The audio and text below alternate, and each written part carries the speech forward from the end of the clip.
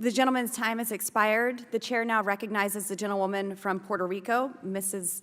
Gonzalez-Colon. Thank you, Madam Chair, and thank you for Chairman Comer.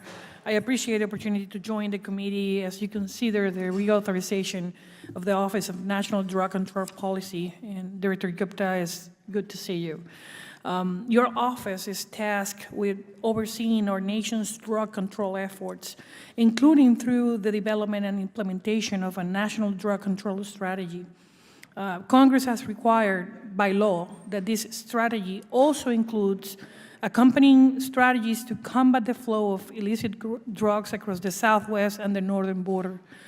Through appropriations report language, we have also required the inclusion of a strategy to combat the flow of illicit drugs coming through our maritime border in the Caribbean. Your office has released this Caribbean border counter-narcotics strategy with a particular focus on drug-related threats in Puerto Rico and the U.S. Virgin Islands in 2015, 2020, and last one in 2022.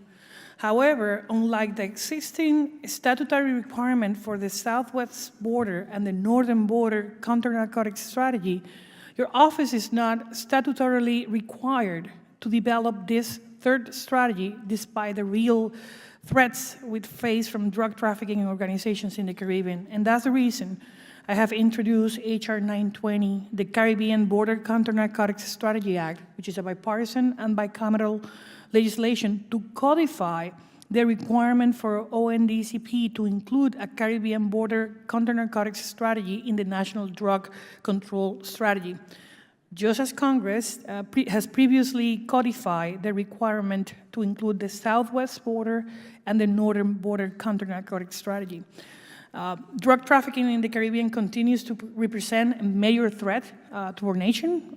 Nowhere is the risk clearer than in Puerto Rico and the U.S. Virgin Islands, where we're home for 3.3 million Americans and where the illicit activities of drug smugglers operating in the region contributes to violent crime in our communities and higher than ever average homicides rates.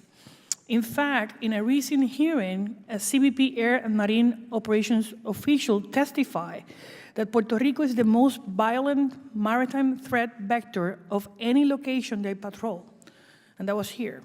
This following the events of last November when drug smugglers shot and killed CBP Marine Interdiction Agent Mike Macera and injured two other agents during an interdiction off our coast.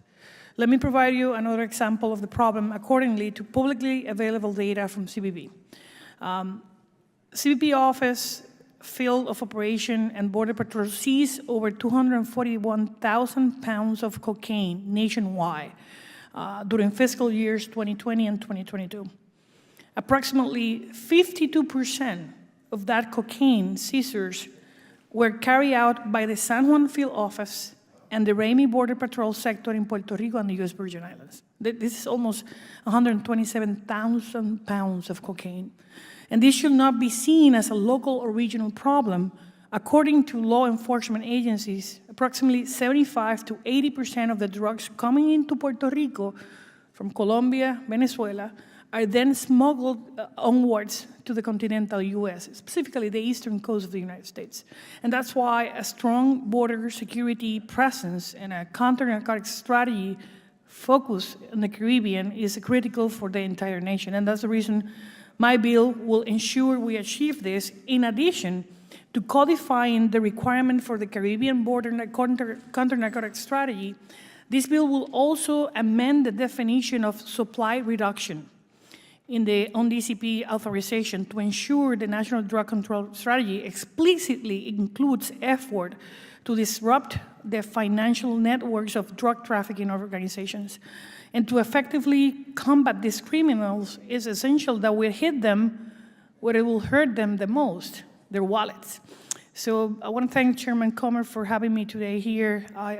What's your comments on this bill, Dr. Gupta, or the efforts to support counter-drug operations in Puerto Rico? Thank you, Congresswoman. We would love to work with you on the bill. It is critical, as you mentioned, Agent Maceda the 3 agents of Custom Border Protection that boarded, which is unusual to have them be fired upon in the high seas in November of last year, was really important. And we were so saddened to see his demise. We actually brought his colleagues to the White House recently to award him with the U.S. Interdiction Coordinator Award, National Award from the White House for that courageous work, where he